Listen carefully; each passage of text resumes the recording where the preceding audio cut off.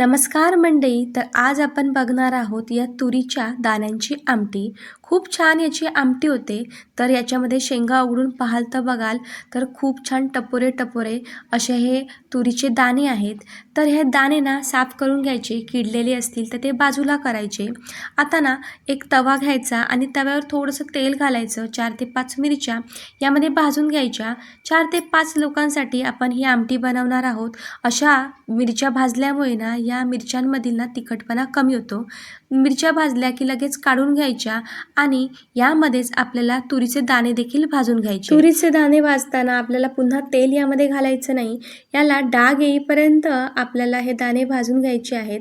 भाजताना थोडंसं यामध्ये मीठ घालायचं. मीठ घातल्यानंतर जर तुम्ही हे दाणे खाऊन बघाल ना तर खूप भारी लागतं. दाणे भाजण्याचं मुख्य कारण म्हणजे यामध्ये जो उग्र वास असतो ना तो कमी होतो आणि आमटी चवीला छान लागते. तर आता मिक्सरच्या भांड्यामध्ये ज्या आपण मिरच्या भाजलेल्या होत्या त्या घ्यायच्या. यामध्ये 2-3 तुकडे आल्याचे टाकायचे.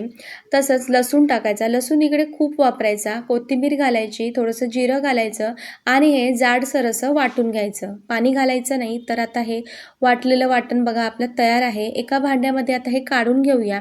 आता याच मिक्सरच्या भांड्यामध्ये आपल्याला जे तुरीचे दाणे होते ते देखील ना वाटून घ्यायचे आहेत. तर हे दाणे मिक्सरच्या भांड्यामध्ये घालायचे आणि याचबरोबर थोडंसं पाणी देखील आपल्याला इकडे घालायचं आहे आणि हे देखील जाडसर असं वाटून घ्यायचं आहे. तर हे बघा हे तुरीचे दाणे आपले वाटून तयार आहेत. आता आमटी फोडणीला घालूया.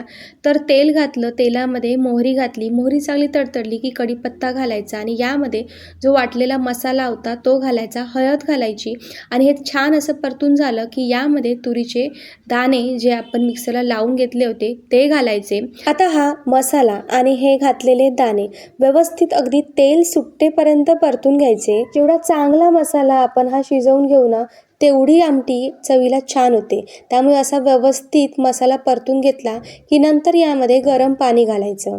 इकडे पाणी जरा जास्तच वापरायचं कारण ज्यावेळी ही आमटी थंड होते ना त्यावेळी ती घट्ट होते. आता पाणी घातल्यानंतर याला देऊ एक दणदणीत एकच उकळी.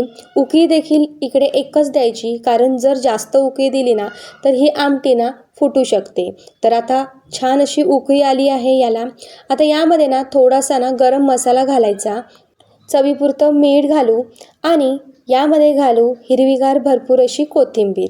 तर आता आमटी आपली तयार झालेली आहे. गरमागरम अशी ही आमटी तुम्ही भातासोबत भाकरीसोबत खाऊ शकता आणि हिवाळ्यामध्येच या तुरीच्या शेंगा मार्केटमध्ये उपलब्ध असतात. तर नक्की अशा प्रकारची आमटी तुम्ही देखील बनवून बघा आणि कशी वाटली रेसिपी नक्की सांगा.